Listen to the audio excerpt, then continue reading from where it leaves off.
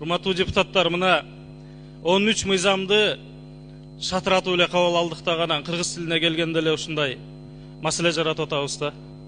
Бул биринчи концепциясы колдоп берели деп.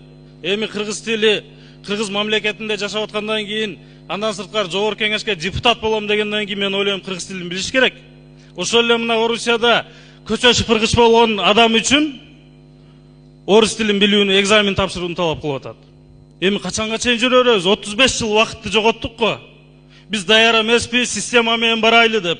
Анда ушинтип жүрөрүбүзбү? Ушу мыйзамды колдойлу дагы, керек болсо ошо расмий тилди дагы биз кыргыз тилинде барабар өткөрүшүбүз керек, урматтуу депутаттар. Ушуга чейин коркуп, башка мамлекеттер эмне дейт, башка элдер эмне дейт деп ушуга чейин келдик. Ошол себептен бул мыйзамды кабыл алып, биз кыргыз мамлекетинде жашагандан кийин кыргыз тилин бардыгыбыз билишибиз керек. Андан сырткары мамлекеттик чиновник болобу, депутат болобу, сөзсүз түрдө кыргыз тилин билиш керек. Биз азыр 35 жыл болду көз карандысыз алгандыгыбызга.